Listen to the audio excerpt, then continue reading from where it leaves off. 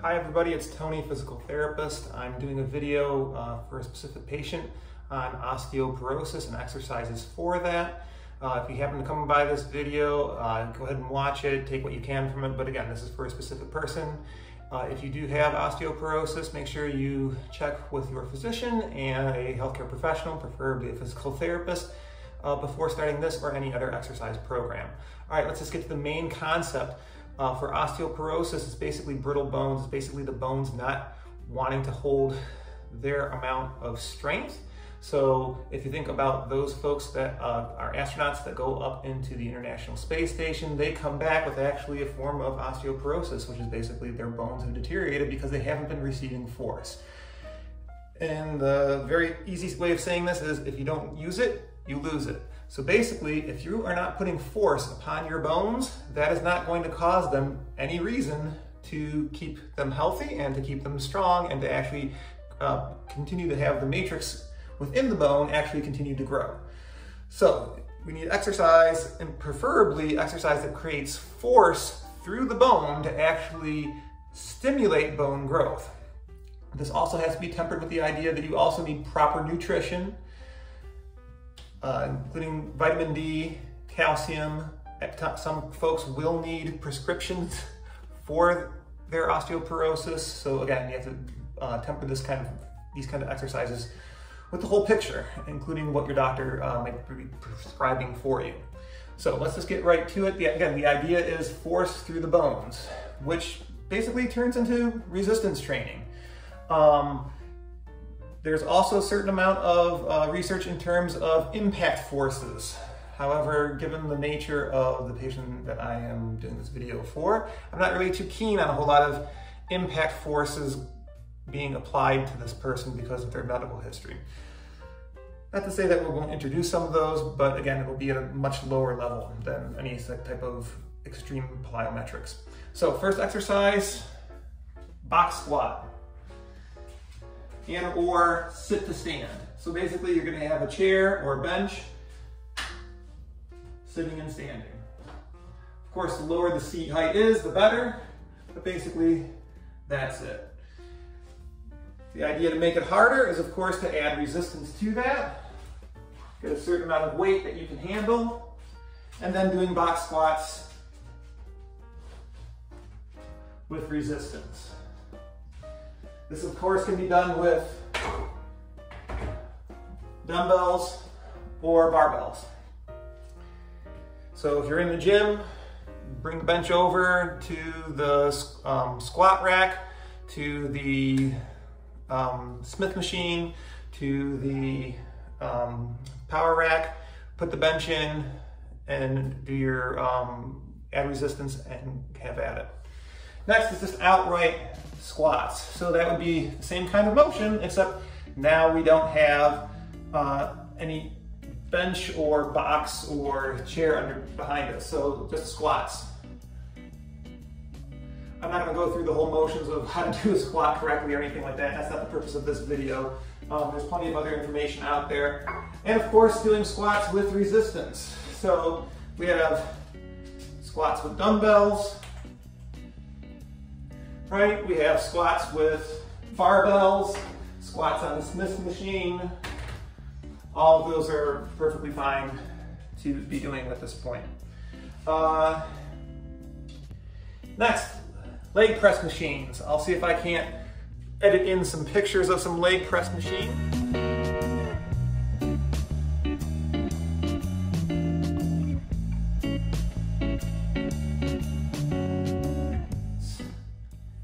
And these type of machines are really great because now you have the ability to do resistive forces that are at your body weight or greater than your body weight, and it's in a fairly safe position and environment for you to do them. Again, you need to be having access to a gym to do these. I'm not going to demonstrate them here because I only have a limited amount of gym space myself here in my home. Next, hack squats. These are done on Smith machines or with the use of a ball or with the use of a hack squat machine. So let me get that set up. And with the magic of editing, I now have a ball. squat looks like this. All right, so but in this manner, my feet are not necessarily underneath me completely.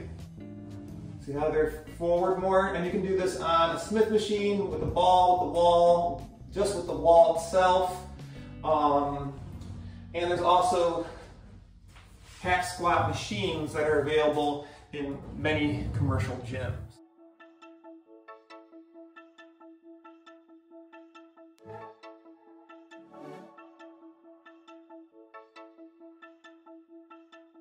We're seeing a trend. We're looking at a lot of activity that is pressure, again, compressive forces on the bones themselves. Next, we're going to do calf raises and seated calf raises.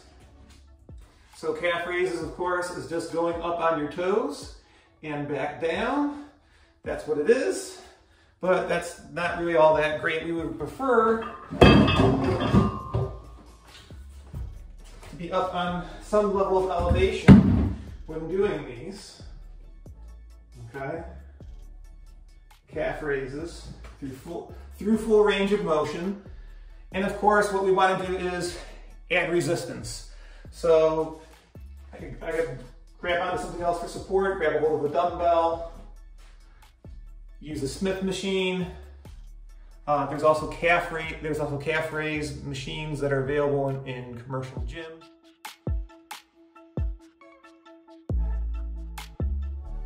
I do warn about the amount of weight that you put on for these because they can really stack. The weight stacks on a lot of the calf raising machines in most commercial gyms are ridiculously large. They usually go up to about like 300 pounds. And for this particular person, I don't want you doing that much weight. There's also, I would like seated calf raises. I'm just going to demonstrate it here. You would have weights on both hands, obviously, going up and down like that. Okay, and you can get this set up with a Smith machine. That's what I do at home. Also, there are seated calf raise machines. Let me see if I can't get a picture somewhere.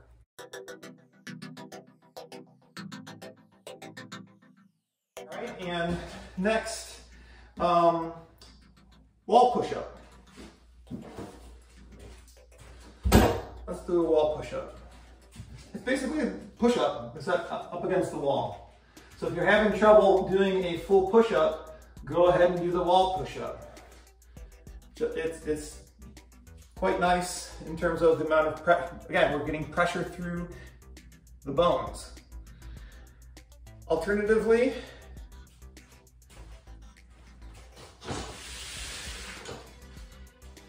again, if you can't do a full push-up, push up off of the bench. Or what I like to do is, if there's a Smith machine, the bar on the Smith machine, just raise it up as you're going, and eventually try to get down to lower and lower until you get to nearly the full push-up position. I like to use a Smith machine because I have one, but also because they're actually more prevalent now in commercial gyms than like your squat racks and your power racks because of the safety that's involved with them. So a lot of commercial gyms have them. Next, probably the best thing that I can tell you, walking. I know it seems simple, but walking is probably one of the best things that you can do. So this is either walking on the treadmill, walking on an open terrain, just walking. To make the walking better though, you may wish to invest in a weight vest. So let's take a little edit here. Here I have an example of a weight vest. I don't have the Velcro strap put in place, but you get the idea. You're gonna actually do walking with extra weight on. That's gonna cause a little bit more compression forces to the bones to make your walking more effectively. And you can use this, again, treadmill, outside, outdoor terrain, just even throughout your day to kind of increase the amount of pressure that's going through the legs, that's going through the spine. It's evenly distributed, so I can recommend the weight vest for this particular person, and I'll be contacting you directly about maybe getting purchased one for you. Next, not just walking, because walking's in a straight line, fine, but also walking in different directions as well.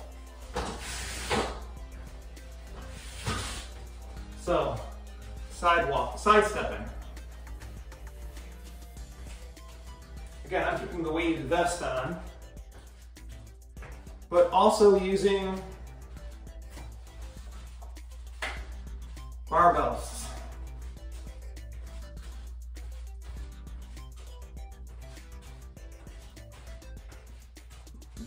Weighted resistance like that.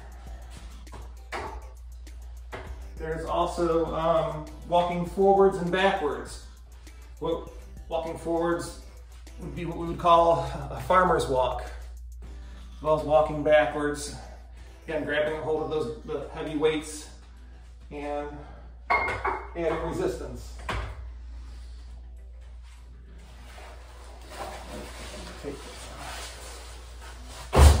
Okay. And next, let me use this one just because it's easier.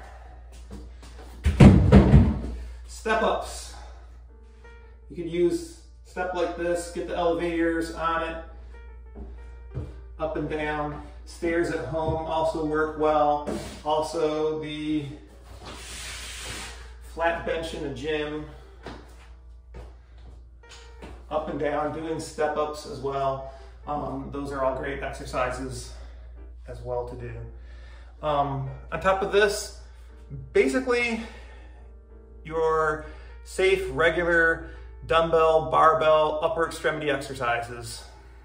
I'm not necessarily going to go through them all simply because there's so many of them, but just getting on that regular weightlifting program is going to be helpful. So all the bicep curls, tricep presses, shoulder raises, shoulder abduction, shoulder horizontal abduction and adduction, all of those shoulder extension, anything that is going to be part of the upper extremity exercises are also going to be important. There's some exercises to try to stay away from when you have osteoporosis, and that's going to be really anything that's going to hyperextend the spine or keep you in a really flexed spinal position. So anything like this, you should really try to avoid because those compressive forces are not really great to have on your spine. At least not until you get another bone density test and it shows that your bone health is really good and you can handle those kinds of positions. Let's talk a little bit about high impact and low impact. So one of the things that is important with osteoporosis is this idea of impact. So plyometrics would be like jumping, right? That force of coming down. When I come down like that, that's a lot of force that actually is calculated that goes through my body. And as good as that might seem for osteoporosis, I can't recommend that for this particular person. Instead, what I want is lower impact. So movements like this would be great. Movements on an elliptical would be great. Speed walking would be great. But outright plyometrics, jumps, squat, box jumps, these are not things I can really recommend for this particular person that this video is designed for. So please stay away from those kind of plyometric, fast, jumping type movements. Your basic, ones that I've just kind of demonstrated, if you're at that kind of level, that's perfectly fine. Your jumping jacks that aren't going to be putting up too much pressure, those are fine as well. By all means, the person this program was designed for, go ahead and give me a call, give me a question for any questions that you might have. If you happen to find this useful and you are just perusing YouTube and found this, I'm a physical therapist up in Florida, in Palm Harbor, in the Clearwater area. So if you have questions, please give me a call. I'm doing seeing outpatients You can give me a call, contact me, and I could probably have you as a patient. Thank you. There's other videos I have posted. I know this might seem a little strange that it's Laughing Griffin Crafting, but there's exercise videos, but whatever. I do whatever I want on my channel. It's mine, so there. Y'all have a good day. Bye-bye.